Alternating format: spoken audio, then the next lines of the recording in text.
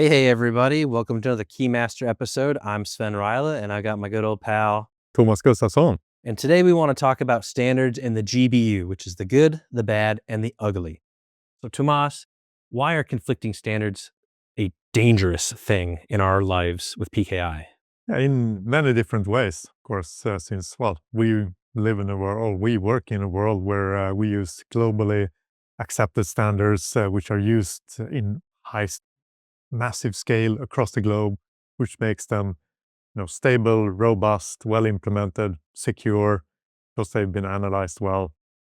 And when people, violate those standards, they immediately lock themselves into a corner where they need custom code, which is expensive to develop And maintain. and maintain.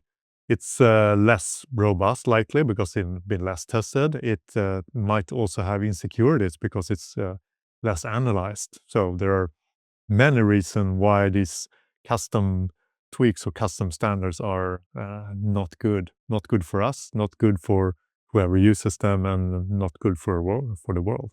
And what are your couple examples you could give us? Because I know we've got some. You posted a great question on LinkedIn about that. That's right. But why don't you talk about that, and we can talk about some of the feedback we got with comments on there, too. Yeah, one kind of favorite current example is the GSMA SGP22 version 2.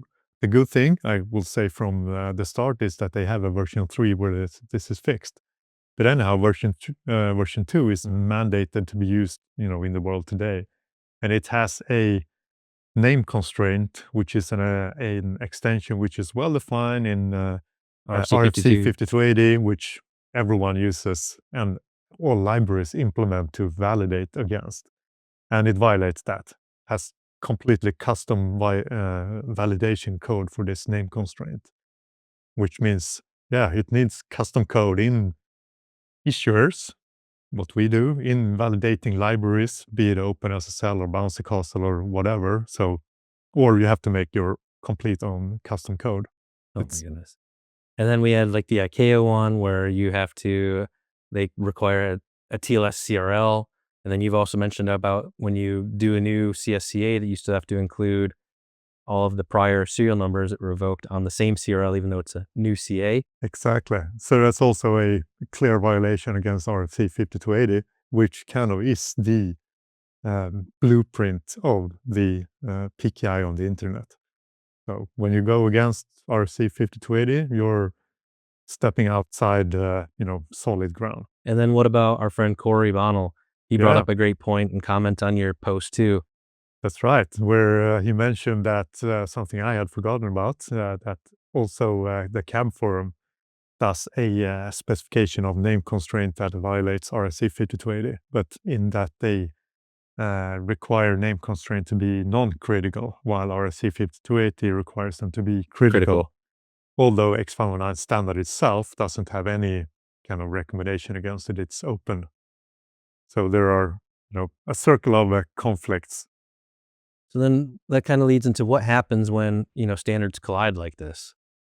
Yeah, you might have interoperability issues, of course, because if a library that big lot of product use implement according to strictly standard, then it doesn't interoperate with these pieces of the internet that violates these standards.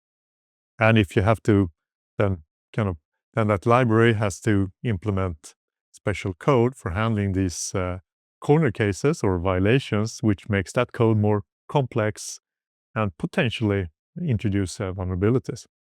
And that kind of leads us to, how do we design for standards and uncertainty? It's kind of like getting into where we all need to kind of, I guess, come together and collaborate when we're doing these.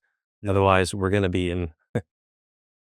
We need to be very cognizant when you develop a new industry vertical standard that usually it actually references, say, RFC 5280, but then has some violations against it in the same standard. So there are usually very conflicting documents. So have to be very careful when we reference well-known standards to not violate them.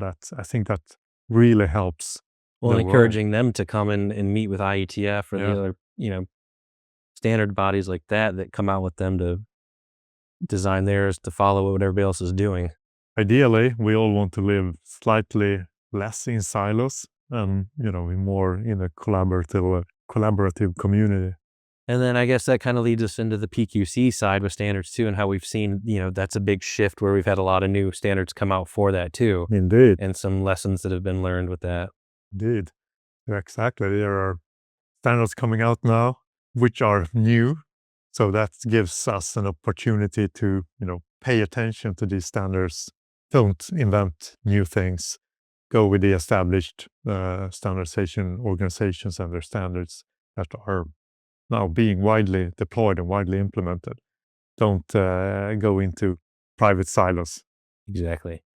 All right. So there you have it, guys. Stay away from silos and collaborate more. See you in the next episode.